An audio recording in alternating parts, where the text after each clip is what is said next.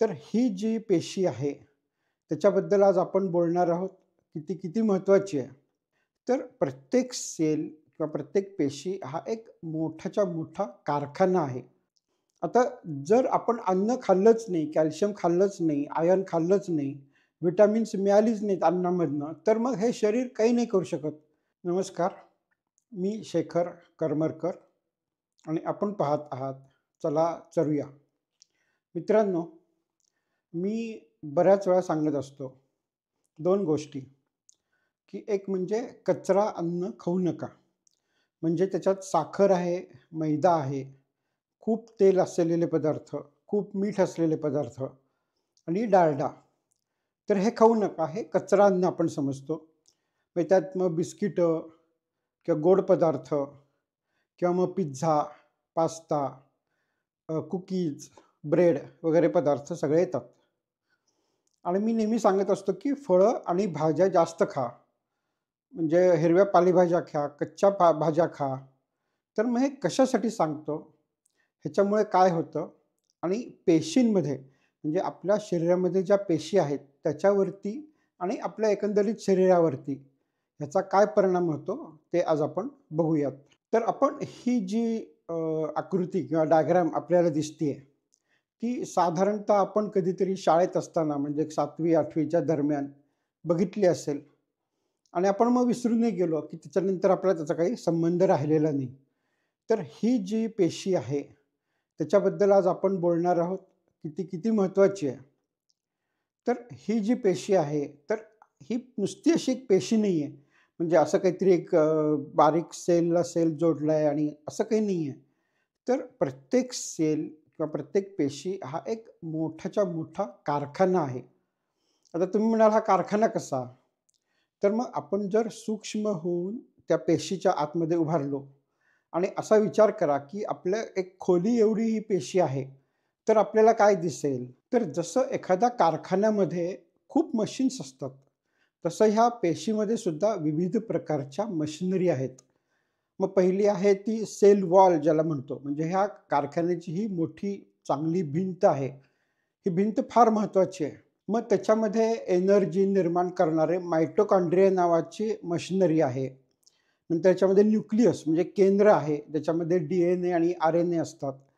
जे आपल्या एका पेशीच्या 2 पेशी, 2 पेशीच्या 4 पेशी होण्यासाठी आवश्यक असतात किंवा पालकांकडून मुलांकडे गुणसूत्र जाण्यासाठी हे आवश्यक असतं. आणि ह्या पेशींमध्ये मग बाकी बऱ्याच प्रकारच्या मशिनरी असतात, ज्या वेगवेगळ्या प्रकारचं काम करतात. मग आता ही कामं काय असतात? तर पहिलं असतं ते स्ट्रक्चरल.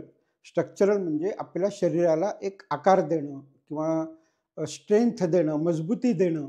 म्हणजे उदाहरणार्थ बोन्स आहे. तर मग ह्या हाडाच्या पेशी आहेत, त्यांना तो कठीणपणा द्यायला लागतो किंवा आपल्या स्किन किंवा त्वचेच्या पेशी आहेत. कारण त्वचा म्हणजे त्याच्यावरती घर्षण होतं किंवा आपण बरीच कामं करतो.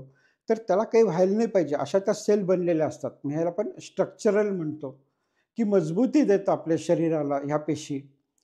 नंतर मग सिक्रिटिव्ह म्हणजे विविध प्रकारचं म्हणजे आता समजा आई मुलासाठी दूध तयार करते, तर ते पण पेशींचंच काम असतं किंवा लिव्हरसारख्या ज्या पेशी आहेत, ज्या खूप मेटाबॉलिझम म्हणजे चयापचय करण्यासाठी त्या वापरल्या जातात.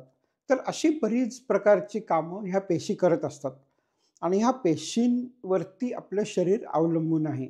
मग जसं प्रत्येक कारखान्यामध्ये काही इनपुट म्हणजे बाहेरनं काही माल येतो, कच्चा माल येतो. त्याच्यावरती प्रक्रिया केली जाते आणि मग तो प्रक्रिया केलेला माल बाहेर पाठवला जातो आणि मग काही वेस्टेज असतं, ते पण बाहेर टाकलं जातं आणि अशाच प्रकारची कामं ही प्रत्येक पेशीमध्ये होत असतात. मग इनपुट म्हणजे बेसिकली आपण जे काही अन्न खातो, ते ह्या पेशींचं इनपुट असतं. त्याच्यावरती ही पेशी काही प्रोसेस, काही प्रक्रिया करते आणि मग जे काही फायनल प्रॉडक्ट आहे, म्हणजे समजा आई मुलासाठी दूध बनवते, तर जे काही दूध बनवणं आहे, ते ह्या पेशींमध्ये तयार होतं आणि ते मग बाहेर टाकलं जातं. मग आता आपण जेव्हा कचरा अन्न खातो, तेव्हा काय होतं, की समजा आपण खूप साखर खाल्ली, तर ही साखर त्या पेशींमध्ये जाते आणि मग त्याचं काहीतरी करायला लागतं. म्हणजे त्याला डिटॉक्सिफिकेशन म्हणजे जे काही आपण कचरा खातो, तो कचरा बाहेर टाकण्याचं काम ह्या पेशींना करायला लागतं. त्यामुळे तुम्ही जेवढा कचरा खाल, तेवढा या पेशींना त्रास होणार आहे, त्यांची मशिनरी अडकून पडणार आहे आणि त्यांना त्यांचं नेहमीचं काम नाही करता येणार आहे.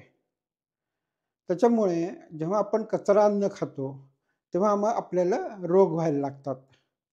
आणि दुसऱ्या बाजूला जे आपल्याला आवश्यक आहे, ह्या ज्या पेशींसाठी, ह्या कारखान्यासाठी, ह्या प्रोसेससाठी जे आवश्यक आहे, म्हणजे कॅल्शियम आहे, आयर्न आहे, फॉस्फरस आहे, फायबर आहे, तर हे जर नाही मिळालं, तर ह्या पेशी कशा काम करतील? आता ह्याची मी तुम्हाला 2-3 उदाहरणं देतो. समजा आपल्याला लोह किंवा आयर्न जर मिळालं नाही, तर मग आपल्या लाल रक्तपेशी तयार होत नाहीत किंवा त्या छोट्या तयार होतात. त्यांचं ऑक्सिजन एका ठिकाणाहून दुसऱ्या ठिकाणी न्यायची क्षमता कमी होते आणि मग आपल्याला ॲनिमिया किंवा रक्तक्षय होतो आणि मग आपल्याला धाप लागणे किंवा काम करायला थकवा जाणवणे वगैरे, वगैरे प्रॉब्लेम्स होतात. आता दुसरं एक उदाहरण असं देतो, की आपल्याला व्हिटॅमिन B12ची आवश्यकता असते. जर ते मिळालं नाही, तर ह्या लाल रक्तपेशी ज्या आहेत, त्या खूप मोठ्या तयार होतात. त्याला आपण मेगॅलोब्लास्ट म्हणतो. मेगा म्हणजे मोठं. आणि मग त्या पेशी जर मोठ्या झाल्या, तर त्या नीट काम करू शकत नाहीत. त्या एका ठिकाणाहून दुसऱ्या ठिकाणी जाऊ शकत नाहीत आणि त्यांचं फुटायचं प्रमाण जास्त होतं. त्याच्यामुळे मग पुन्हा आपल्याला ॲनिमिया होतो. म्हणजे जर आपल्याला आयर्न मिळालं नाही, आपल्याला B12 मिळालं नाही, आपल्याला कॅल्शियम मिळालं नाही, तर मग आपल्याला विविध प्रकारचे रोग वेगवेगळ्या टप्प्यावर व्हायला लागतात.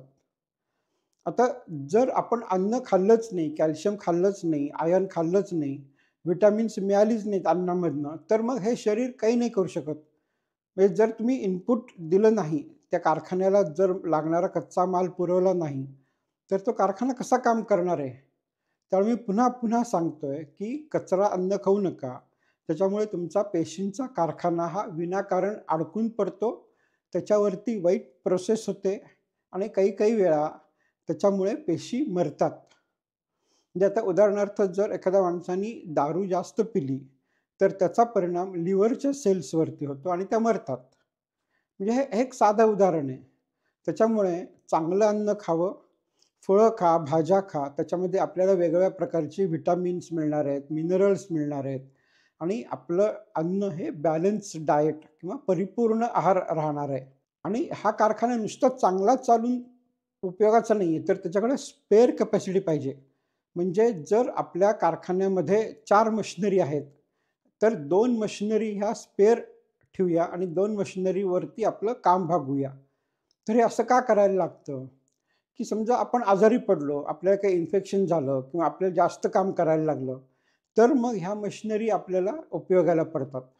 जर आपण ऑलरेडी 4च्या 4 मशिनरी वापरतोय, त्यात खूप कचरा घालतोय, त्या मशिनरी ऑलरेडी काम करत नाहीयेत आणि त्याच्यावरती जर आपल्याला काही एक्स्ट्रा काम करायची गरज पडली, म्हणजे आपल्याला ताप आला असेल किंवा आपण जास्त चालणं-फिरणं झालं असेल किंवा आपण कुठे गावाला गेल्यामुळे आपल्याला नीट खायला-प्यायला मिळालं नाही, झोप मिळाली नाही, तर हा जो काही स्ट्रेस आपल्या शरीरावरती पडतो, तो घ्यायची क्षमता आपल्या त्या पेशींच्या कारखान्यात शिल्लक राहत नाही. त्याच्यामुळे मग आपण आजारी पडायचं प्रमाण पुन्हा वाढत जातं. त्याच्यामुळे एवढं लक्षात घ्या, की हा जो पेशींचा कारखाना आहे, तो अतिशय धडधाकट चालणं फार आवश्यक आहे. त्यासाठी तुम्ही त्यात कचरा घालू नका. मी सांगितल्याप्रमाणे साखर, मैदा, डाळडा वगैरे पदार्थ खाऊ नका. मीठ आणि तेल मर्यादित खा आणि मग फळं खा, भाज्या खा आणि त्याच्यामुळे हा शरीराचा कारखाना चांगला चालेल. शरीराचा कारखाना एकदा सगळा चांगला चालायला लागला, की मग तुम्ही आजारी पडायचं प्रमाण आपोआप कमी होईल आणि मग तुम्ही जास्त निरोगी राहाल. तुम्हाला काय वाटतं? कमेंट बॉक्समध्ये जरूर लिहा. धन्यवाद.